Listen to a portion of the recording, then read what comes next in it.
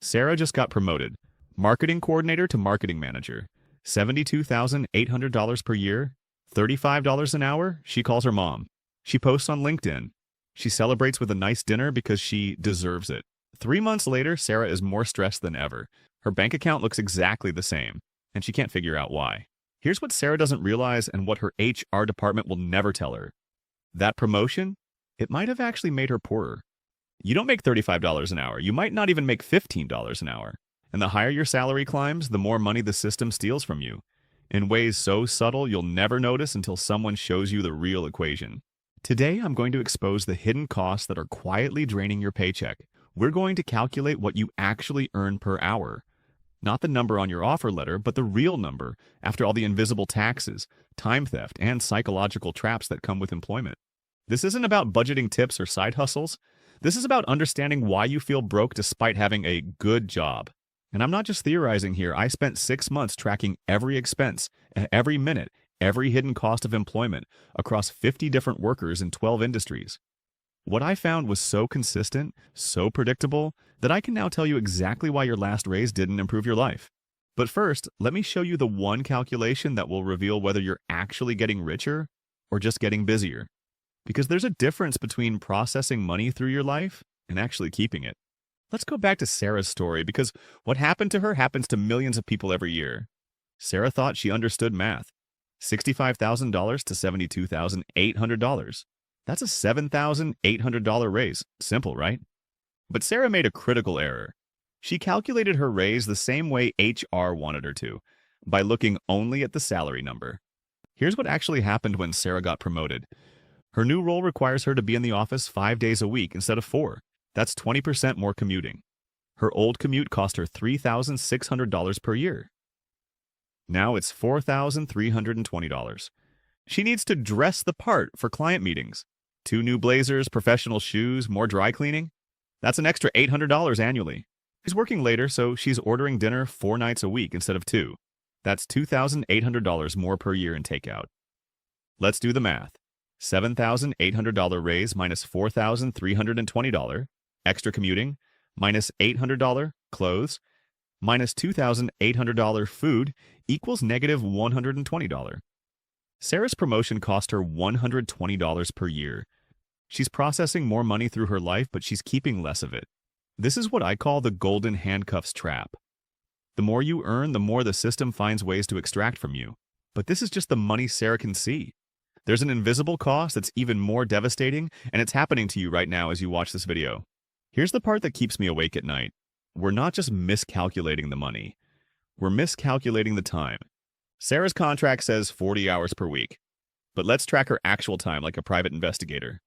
Monday morning, Sarah wakes up at 6:45 a.m. She showers, does her hair, makeup, puts on the nice clothes, makes breakfast and coffee. That's 50 minutes she wouldn't need if she didn't have this job. She drives 45 minutes to the office. That's unpaid labor. She works 8.5 hours, including a 30-minute lunch break, where she's not actually free. She can't go home. She can't go shopping. She can't walk her dog. She's geographically imprisoned. She drives 50 minutes home through traffic. Then she spends 45 minutes just existing in a stress-induced fog, staring at her phone, venting about her boss, checking work emails one more time. All of that is shadow work. Time that belongs to the job, but the job doesn't compensate her for it. If you add it up in getting ready, commuting, lunch captivity, mental decompression, Sarah isn't working 40 hours per week. She's giving 60 hours per week to her employment. That's 3,120 hours per year dedicated to work. Now here's the math that changes everything. Sarah's actual take-home after all work-related expenses, $41,200. True hours dedicated to employment, 3,120 hours. Real hourly wage, $13.20. Not $35, it is only $13. Sarah is making less than a Starbucks barista, and the barista gets free coffee, health insurance, and doesn't take work stress home, and probably lives very close to work and does not need to commute. This is the scam. But there's one more layer to this that's even more sinister, something that's stealing your future wealth while you sleep. Every dollar Sarah spends on work-related expenses is a dollar that's not compounding for her future. That $4.50 latte she buys every morning because she's too exhausted to make coffee at home. Over 30 years invested at 7% returns, that's $185,000. She's not drinking coffee, she's drinking her retirement. The $1,700 she spends annually on work clothes she doesn't even like, that's $234,000 in lost compound growth over 3 decades. But here's the most insidious part. The system is designed to keep you too tired to notice this. They want you thinking, I make good money, so you keep signing leases on apartments you can barely afford, keep financing cars to impress coworkers you don't even like, keep subscribing to services that promise to give you the life you're too busy working to actually live. You're trapped in a cycle. You work to afford the things you need to cope with work, which keeps you needing the work to afford the things. It's a perfect economic prison. Now I know what you're thinking. What am I supposed to do with this information? Quit tomorrow and live in a van? And I get it. But there's actually a way out that doesn't require you to burn your life down. The answer isn't to quit your job tomorrow. We have bills. We have responsibilities. I'm not selling you a fantasy. The answer is to start treating your labor like you're the CEO of a business called You, Incorporated.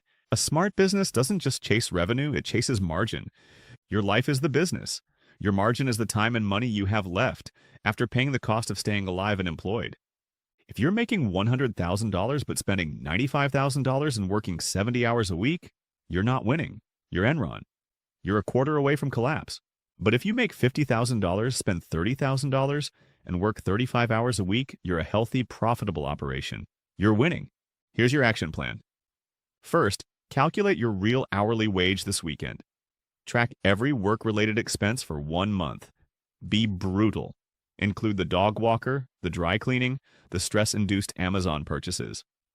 Second, negotiate ruthlessly. Can you work from home twice a week? You just saved 6 hours of commuting and $25 in gas. That's a raise without your employer paying you more. Third, eliminate the convenience tax. Meal prep on Sunday, make coffee at home, buy clothes you can wear both to work and on weekends. Fourth, start treating every purchase like a time transaction. That $60 dinner isn't $60. It's 4.4 hours of your life. Is it worth it? The wealthy understand something the rest of us don't. Time is the ultimate currency. The rich are buying time. Everyone else is selling it at a discount. Don't sell your time at a discount. Build a gap between your income and expenses, because that gap, that margin, is where freedom lives. Knowing your real wage is just the first step. The wealthy don't just optimize their hourly rate. They use a completely different playbook that most people never learn. They understand the one investment strategy that turns time into money instead of money into time. If this video opened your eyes to the real cost of working, smash that like button and subscribe for more financial reality checks that they don't teach you in school. Drop a comment below with your real hourly wage calculation. I will read every single one. And please share this video with someone who looks tired at work. We're all stuck in the same broken equation, but we can solve our way out of it together.